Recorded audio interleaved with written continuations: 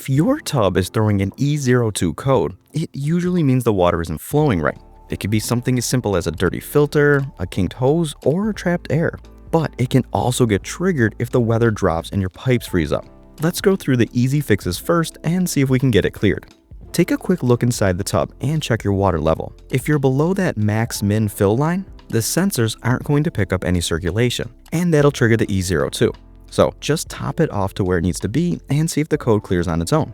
If your water level is good, it might just be too cold outside. If the air or the water hits below 42 degrees Fahrenheit, the freeze shield technology kicks in to protect internal parts from freezing, but it can also trip that E02 code. The easiest fix is to move the pump somewhere warmer, at least 50 degrees Fahrenheit for just a bit, then try the setup again once it's warmed through.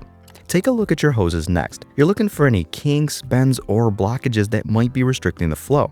Sometimes a quick blast with a garden hose is all it takes to clear out any gunk stuck inside. And while you're at it, make sure the tub is fully inflated. If you push down on the side of the tub and it feels squishy or sinks right in, it's just not firm enough. If everything else looks good, it's almost always the filter. And honestly, a dirty or clogged filter cartridge is the most common reason for E02. Remove your filter, and if it looks slimy or has a bunch of leaves stuck in it, clean it thoroughly. Here's a quick trick to be sure. Pull the filter out entirely and run the tub for 5 to 10 minutes. If that error code vanishes, you've found your problem.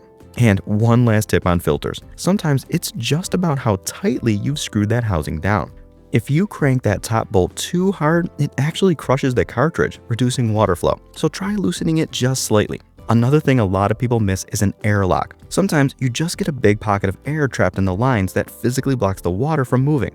To clear it, slightly unscrew one of the water connections. You'll hear a hiss as the air escapes. When the water starts flowing out steadily, tighten it right back up. Once you've tried those fixes, give the whole system a hard reset. Go ahead and turn off the power, unplug the pump entirely, and let it sit for about 10 to 15 minutes. When you plug it back in, make sure you hit the filtration button first. Let that water get moving for a second, and then turn on the heater.